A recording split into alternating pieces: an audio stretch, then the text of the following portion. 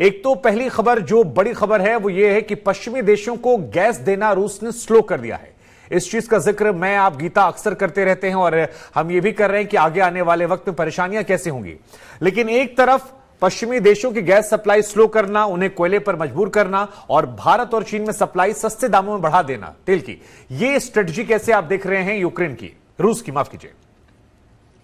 देखिए शुभांकर, ये जो रूस का कदम है एक गैस काटने का, गैस सप्लाई कम करने का यूक्रेन अपना यूरोप को, और तेल का उन्होंने खुद ही उस पर अपना प्रतिबंध लगा दिए हैं, तो कहीं ना कहीं रूस ने अपनी काउंटर स्ट्रेटजी बनाई है और इसी काउंटर स्ट्रेटजी के तहत उसने जो है सस्ते दाम पर चीन को और भारत को तेल देना शुरू किया। और इस एक तरह का लालच था, एक तरह का प्रलोभन था कि जब तेल के रेट इतने ज्यादा बढ़ गए थे, दुनिया में $120 पर बैरल पार कर गए थे, तो उन्होंने हमें जो है 25% तक का डिस्काउंट दिया। और इस वक्त चीन का सबसे बड़ा सप्लायर रूस है तेल का, और हिंदुस्तान का नंबर 2 का सप्लायर बन चुका है रूस, सऊदी अरेबिया को पीछे छोड़कर। और कहीं ना कहीं उस साथ साथ उसने अपनी कटौती जारी रखी है यूरोप को सप्लाई करने में। और देखिए, आपने बिल्कुल सही बताया कि जर्मनी अब मजबूर हो गया है कि बिजली पैदा करने के लिए उसको कोयले का इस्तेमाल करना पड़ रहा है, जिसको उसने लगभग पूरी तरह से बंद कर दिया था, क्योंकि जो उसके क्लाइमेट गोल्स हैं, कार्बन एमिशन कम करने के, ये उसके तहत एक कदम था जिसमें कोयले का इस्तेमाल लगभग पूरी तरह से बंद कर दिया गया था। लेकिन अभी जर्मनी मजबूर हो गया है, अपनी इलेक्ट्रिसिटी सप्लाई को चालू रखने के लिए उसे दोबारा कोयले की तरफ लौटना पड़ रहा है। इसके साथ साथ मैं आपको एक और इंपॉर्टेंट खबर दे दूं इससे जुड़ी हुई। देखिए, एक एक्सक्लेव है रूस का, कालिनिंग्राद, जो रूस से जुड़ा हुआ नहीं है, जो बाल्टिक सी के साउथ में आता है।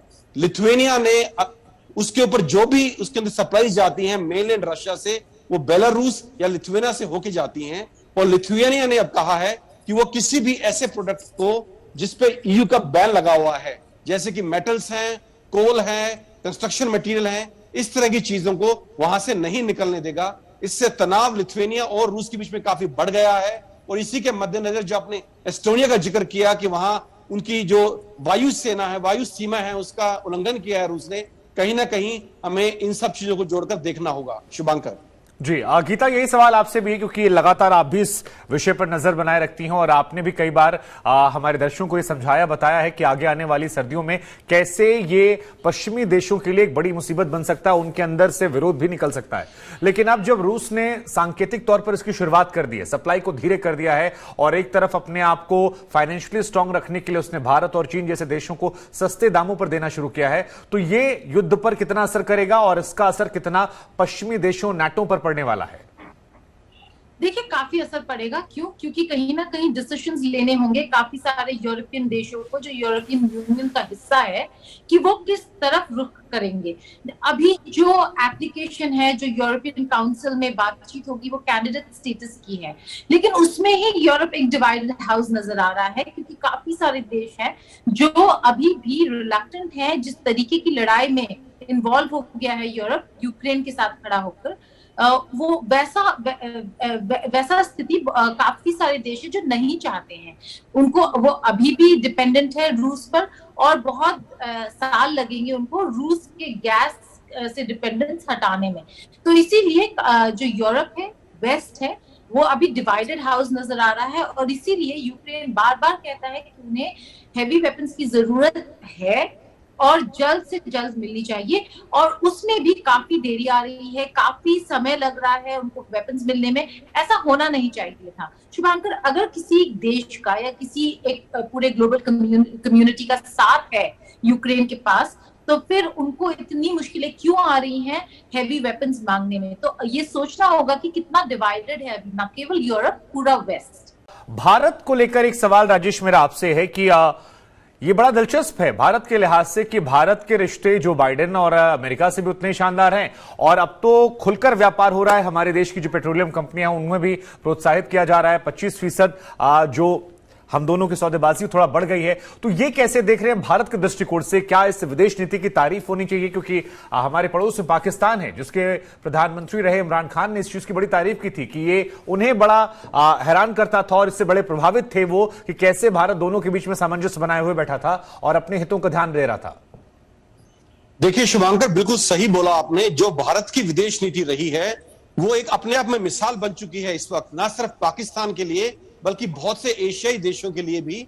और यहां तक देखिए, जब प्रधानमंत्री विजिट पे गए थे स्वीडन, नॉर्वे और डेनमार्क की, यूरोप की, वहां भी जो उनके डेनमार्क की जो प्रधानमंत्री थी, उन्होंने भी बोला कि हम किसी भी तरह से भारत के ऊपर कोई दबाव नहीं डालेंगे कि आप इस युद्ध में हमारे साथ खड़े दिखें या अमेरिका के साथ खड़े दिखें। भारत एक इंडिपेंडेंट कंट्री है, उसके अपने इंटरेस्ट हैं और वे अपने इंटरेस्ट को परस्यू कर रहे हैं। और ये एक बहुत बड़ी चेंज थी कि एक यूरोपियन लीडर ऐसा बोल रहा है भारत के बारे में, तो कहीं ना कहीं भारत की जो कूटनीति है और भारत की जो डिप्लोमेटिक सक्सेस है वो अपने आप में सबको नजर आ रही है और सब इसको एक्सेप्ट करने लगे हैं, including European countries and America, कि ये भारत अपने लेजिटिमेट नेशनल इंटरेस्ट परस्यू कर रहा है और ये एक बिल्कुल सही कदम है। और देखिए, अभी हमें इससे दो तरफा फायदा होता है। एक, हम 25% डिस्काउंट पे तेल खरीद रहे हैं रूस से। हमारे देश में कई प्राइवेट प्लेयर्स इस तेल को रिफाइन करते हैं और फिर एक्सपोर्ट करते हैं उन प्रोडक्ट्स को मिडिल ईस्ट और कई यूरोपियन कंट्रीज को, वहां से हमें और मुनाफा होता है। तो कहीं ना कहीं हम दो तरफा मुनाफा इसमें कमा रहे हैं और हिंदुस्तान को इससे सिर्फ फायदा ही फायदा होता नजर आ रहा है। शुभांकर जी, अब गीता, एक सवाल ये भी आपसे कि खबर आई कि यूक्रेन ने रूस की एक मिसाइल और ड्रोन गिराए हैं और तकरीबन 34,000 रूसी सैनिकों के मारे जाने की बात आई है। तो अब ये युग जो है वो बातचीत की बात तो कम नजर आती है, कभी सुनाई पड़ता है कि देखिए वापस क्रीमिया पर हमला करने का मन बना लिया है, यहां पर खबर आ रही है ड्रोन और मिसाइल गिरा दिया है। इसका मतलब हथियार भी आ रहे हैं और जंग में जो तीव्रता है वो इंटेंसिटी अभी कमजोर नहीं हुई है, भले 4 महीने हो गए हैं। कमजोर बिल्कुल नहीं हुई है, जो इंटेंसिफिकेशन है वो बल्कि ज्यादा बढ़ा है ईस्टर्न यूक्रेन में, शुभांकर। लेकिन ये एक तरफा है। आप बहुत सारा इंफॉर्मेशन देखते हैं जो यूक्रेन से आता है, बहुत कम इंफॉर्मेशन देखते हैं जो रूस से आता है। वही अगर आप रूस के मीडिया या रूस के जो चैनल्स हैं उनमें देखें तो काफी सारे अटैक्स जो हैं जिसकी वजह से आगे बढ़ा है या फिर यूक्रेन अपने जगह को वापस ले नहीं पाया है, वो क्योंकि रूस भी लगातार जवाब दे रहा है यूक्रेन को और यूक्रेन रूस के जो एडवांसेस है उनको रोक रहा है। तो कहीं ना कहीं दोनों थोड़ा सा स्टेलमेट सा नजर आ रहा है। क्यों? क्योंकि जहां पे लड़ाई चल रही है वहीं पे बनी हुई है, ना ज्यादा जगह ले पाया है रूस, ना यूक्रेन पुश कर पाया है रूस को पीछे। तो जो एमओ है वो है, लेकिन हमें ये पता है कि रूस को किसी और देश की तरफ देखने की जरूरत नहीं है कि उनके रिजर्व्स आएंगे या उनके बैकअप आएगा। यहाँ पर यूक्रेन को जरूरत है, वो इसीलिए इंतजार कर रहे हैं कि इससे पहले कि उनके एमिनेशन खत्म हो जाए और आ पाए। और वो न केवल जिस एमओ से वो लड़ रहे हैं, ग्रैड्स भी उन्हीं के पास है, ग्रैड सिस्टम्स भी उन्हीं के पास है, मल्टीपल रॉकेट लॉन्चर्स। उसके अलावा वो देख रहे हैं कि कैसे उनको और ज्यादा हाईटेक मशीन्स, वेपनरी की जरूरत है ताकि वो रशिया को एक्चुअली पीछे कर पाए।